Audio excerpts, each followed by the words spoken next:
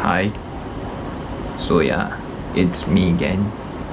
So yeah, first of all, I would like to apologize to those people who have been hurt on my previous videos. Honestly, from really deep down in my heart, I don't mean to actually hurt anybody of you.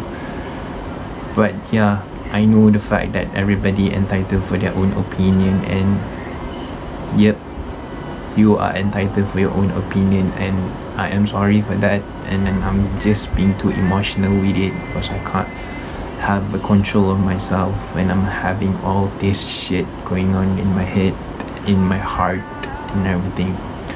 So yeah, the main point of these videos today is all about me coming out as someone who suffered with major depressive disorders and anxiety disorders, and also a severe panic attack.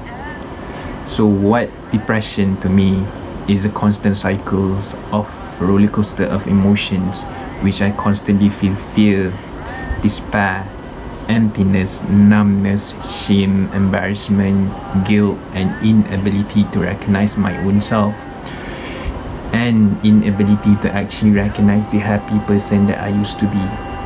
So now, how do you expect me to actually love myself when I can't even recognize my own self?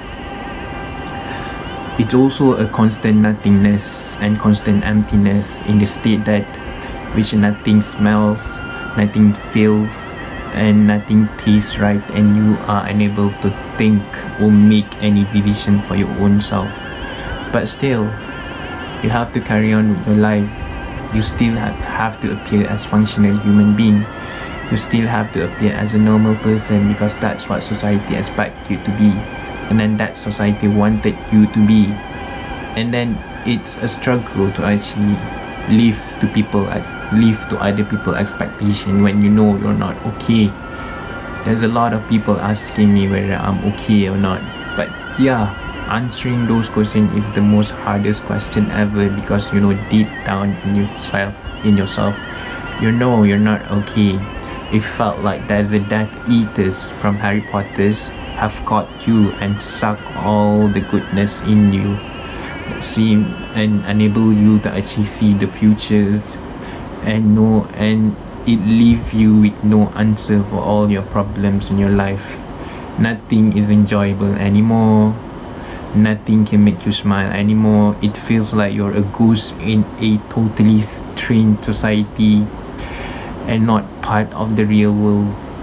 My depression has really taken a back on me. Where at first the drastic changes that happened to me when when I'm having this depression is my weight used to be 61 kilos, and now recently it's 53 kilos, and that's what I had to deal with every single day because you don't have an appetite at all. You just eat to continue going, to keep going, and then to continue feeling depressed and anxiety. And then it leaves me without no friends. There's no people around me. I push people away. It's not that I don't care about other people, it's just the fact that you don't know how to care other people. I was blessed with a really understandable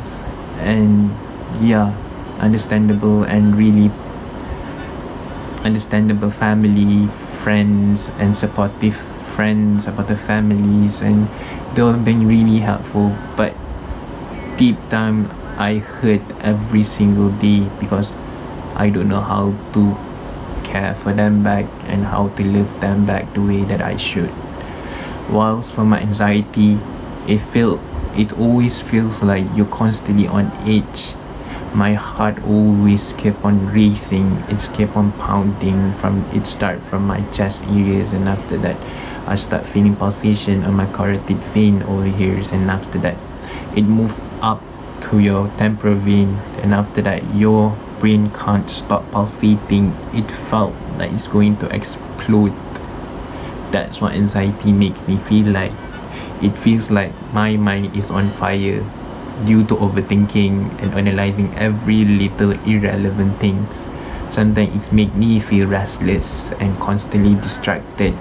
It felt like as if my thoughts are running wild in a million different directions, bumping into each other.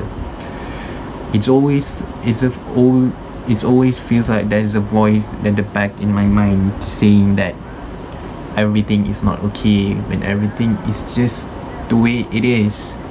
Sometimes the voice tells me that there's something wrong with me, and that it tells me that my feelings are bad and I'm a burden to other people's, and making everyday task is such a difficult thing, and making simple decision is just incredibly difficult, and anxiety keep me at night. I still remember when I was a kid, I cried every single night, almost every single night, because I can't fall asleep, because my anxiety keeps me awake. I always slept in frustration because I can't help myself from getting a rest. I was tossing and turning around in my bed. It's like a light bulb that comes on at the most inconvenient times and it won't switch off.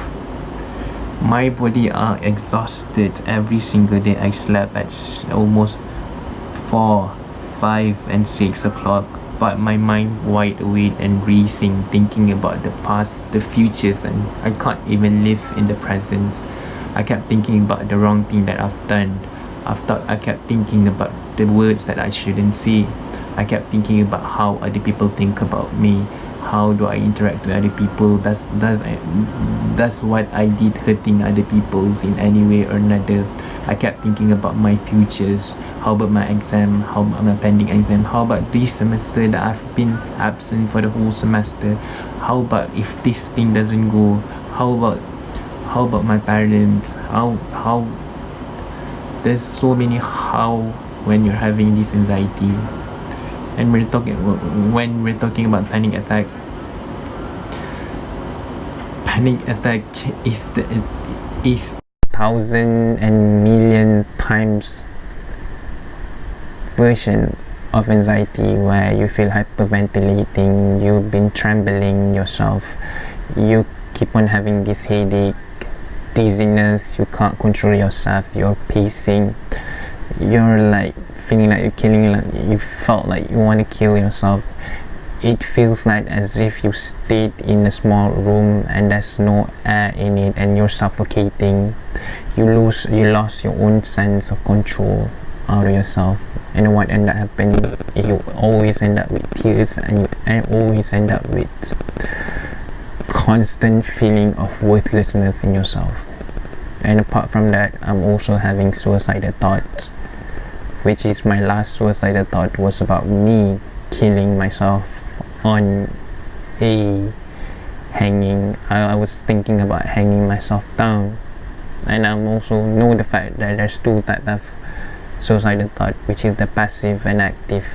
The passive is the one that's safe, they've been thinking about it most of the time but they don't have any plan, while the active suicide is the one that's already had done their plan, and then it's just a matter of time, they just wanted to kill themselves. So yeah, I'm not expecting any of you to actually understand what we have to go through. I never expect people to actually understand. I never expect people to actually be there in our shoes. No, what we are hoping for people to actually be more understanding, be more compassionate, be more empathy. What we have to go through is a battle in itself. Look out for other people out there. You don't know who might having all this problem. It might be your neighbor, it might be your friends, it might be your family, it might be your parent, it might be your best friend. Just look out for other people, open your eyes more, be more listening ears to other people's, and be more compassionate. That's just what I'm asking for. We're not asking you to actually fix us, because we ourselves don't know how to fix us. We're still trying to figure out how to fix this problem on ourselves. So yeah, my final thought will be, as usual, keep pushing on, keep going on, stay alive, and stay alive, even just for another day. So yeah, that is it for me. Ciao and peace out.